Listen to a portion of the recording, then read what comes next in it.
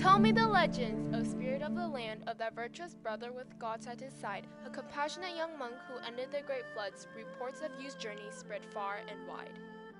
As the lonely moon's eyes probed the earth once more, a festive fishing village came into her sight near the brink and border the wild eastern sea, where a valiant hero arrived in the night. Wafting food scents permeated an air already thick in joyous celebration. Inviting food stalls beckoned for guests, and honest monk Yu began an exploration. As he paid for a portion of steamed pork dumplings, a lightning-quick hand snatched away his coin purse. Thus began a ferocious chase, in which the monk and thief ran a great race.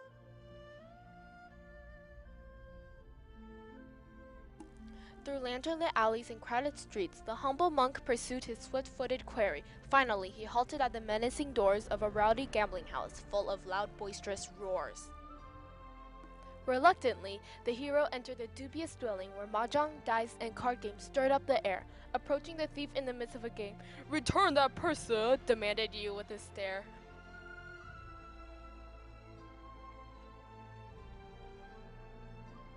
"How about a wager?" growled the sly thief, and the honest monk found himself surrounded by hostiles.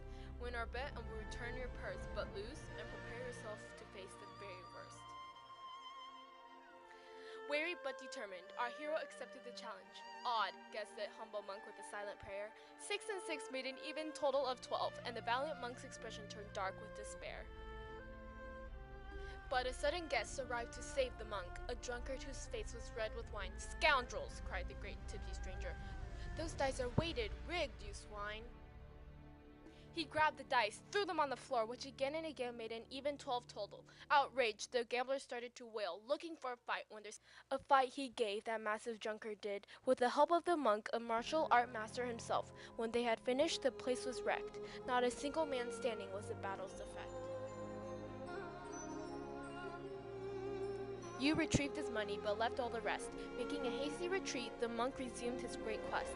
He carried the drunkard who had passed out mid-fight. An abandoned shrine was their refuge that night.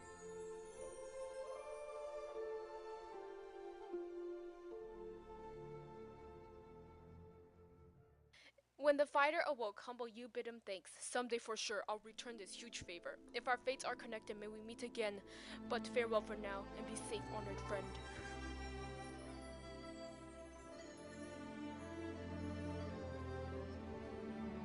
As the compassionate monk prepared to set out, "Stop!" cried out the drunkard with a great shout. "Favor, you say, eh? Return it with a story, for I'm a bard, you see, and I love tales of glory." So as the still night listened, gentle Yu began his tale. "The Yellow River's flooding destroys villages each spring. With all of his power, the emperor tried everything, but the angry tears of the river continued its flow, for only the gods can conquer a river, you know."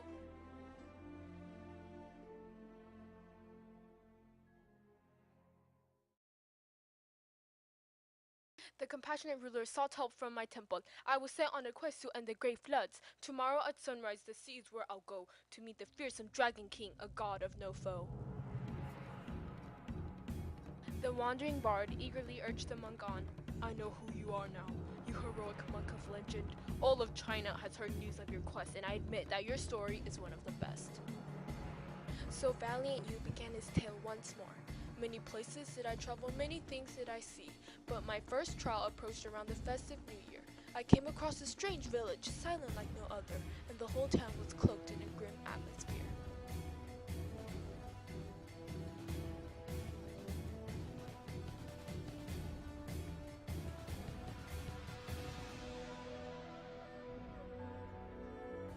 For every New Year's Eve gave terror to this village. In the form of a mountain beast called Nian, he ate the people and ravaged their crops. All the villagers hid at home and closed down their shops.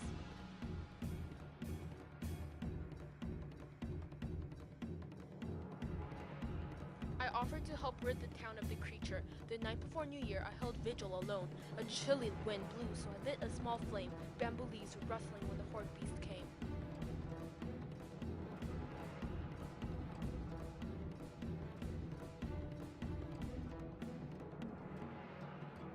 Around midnight, I heard frightful roars down the mountains, and the dreadful cries came ever so close. But the beast did not attack me or even try to approach, for my fire had fiery bounds that he would never dare encroach.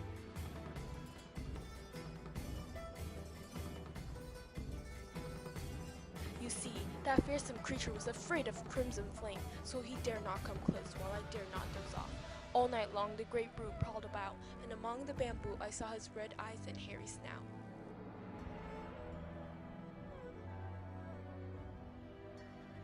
Constantly I fed more fuel to the blaze, but my wood supply began to run thin, and in a panic I chopped up these logs of bamboo and tossed wood into the fire with bamboo stems too. Sizzling with heat, the bamboo exploded with a bang, giving me a scare as I sprang up in fright. Obviously, Nian had been startled as well, for with a large whimper he slunk into the night. The next morning I returned to the village and told them of the horrible Nian's simple fear. Because loud noises and crimson would scare off the beast, at last the villagers held a New Year's feast. Besides preparing once more for festive celebration, the villagers covered their town with the fiery color red. On doors and windows hung strings of firecrackers to ward off evil spirits and that beastly Nian attacker. I left that village as they celebrated New Year and continued my passage towards the East Sea. At one of the village in which I stayed, I encountered a parade both depressed and dismayed.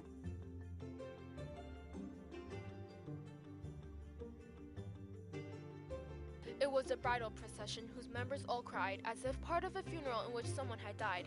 From a sobbing servant I curiously inquired after the gloomy nature of the wedding that transpired.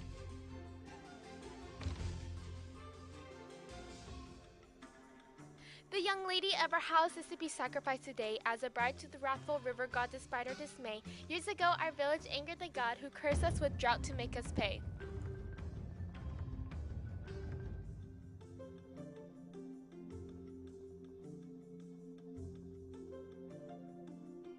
Our crops faced disaster when arrived the shaman, who claimed to be the messenger of the powerful river god.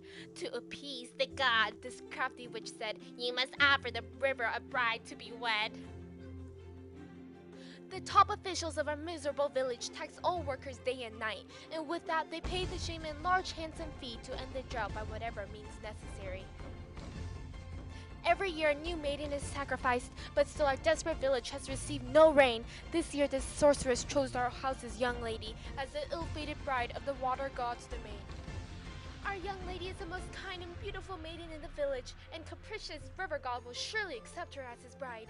To save our village, she has resigned herself to her fate. It's either watery death or the river god's mate. As it marched towards the river, I followed the mournful procession. Finally, they stopped where the greedy witch awaited and faced the vengeful river, whose deity they hated. "Oh, mighty river god, accept this humble offering," chanted the cruel sorceress as the miserable villagers wailed. "I, your faithful agent, plead an end to the drought. For this time, we promise a suitable bride without doubt." As they prepared to send the girl in the water, I could no longer stay still. "Stop!" I cried out loudly. "This bride will go to waste. For how are we to know if she fits the river god's taste?" "Nonsense!" snapped the angry witch. "I selected her myself!" "So did you choose the previous brides? Yet the land of the village is still cracked and dried. You claim to be the envoy of the mighty river god? Why don't we send you down to his court to ask him what maiden he prefers as consort?" Despite the unscrupulous shaman's shrill, angry screeches, the angry mob of villagers heard the sense in my speech. They tied the cursing witch onto the bride's palanquin chair and sank her into the river, watching the last bubbles reach the air. With no messenger of the gods, the restless villagers turned to me for advice. "Humble monk, what shall we do now that we know that the shaman was a scheming sly shrew? Although our young lady was saved, what will now become of our village?" I told them of my quest to conquer the Yellow River and made a promise to the discouraged villagers that water would be delivered.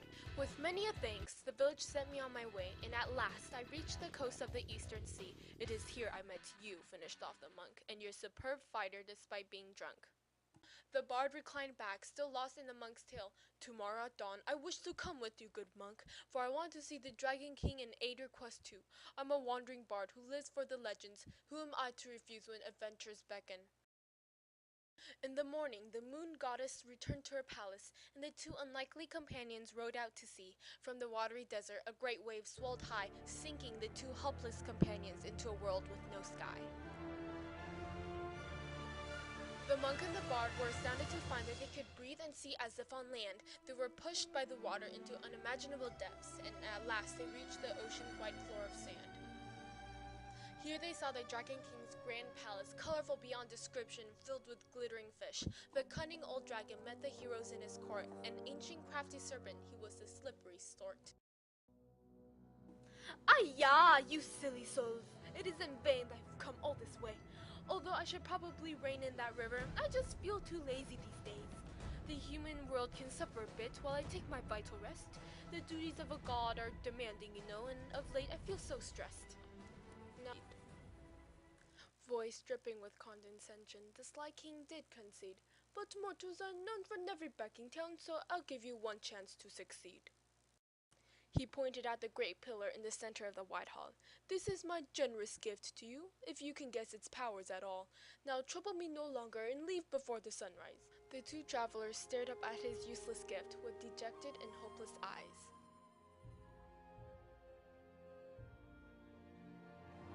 "Those foolish mortals," thought the Serpentine Lord. "Never will they guess the pillar's power, but now the Jade Emperor can't put any blame on me for never answering a mortal's plea." From a strange dream, Honest You learned the answer to the giant pillar's strange power. In his reverie stood a simian frame. It was the Monkey King of legend and fame. "This is not a pillar," explained the beloved monkey god, "but an ancient staff, the extraordinary compliant rod. Its size will vary on your command, so wake up, great champions, and take a stand." The monk sat up from his dream with a start. At last he and the bard were ready to depart. "Shrink to half my height," directed the monk, and the ocean floor thundered as the enormous rod shrunk. Clinging onto its side, the friends ordered the rod to grow. As it broke the ocean surface, the rod crushed the palace beneath. The ancient Dragon King woke with a great roar as his magnificent ocean residence crumbled to the floor. But trapped within the ruins of his palace, the cunning dragon could only watch as his mortal enemy sped at last towards the blue sky and white shore. From the coastal fishing village, Compassionate You began his return. How to maximize the rod's great power was his only concern. Through days of hard, long travel, Yu's mind ran like a wheel. He would stop the river's flooding with his will of steel. At last, he reached the imperial city where he told the emperor his plan, to create a new course for the river to distribute water to dry land. The noble emperor immediately set workers on the construction of new river courses. With the powerful size-changing compliant rod, Yu measured their depths and forces. At last, when the flooding season did arrive, all construction was complete. The raging Yellow River was finally conquered, ending the floods with great Yu's heroic feat.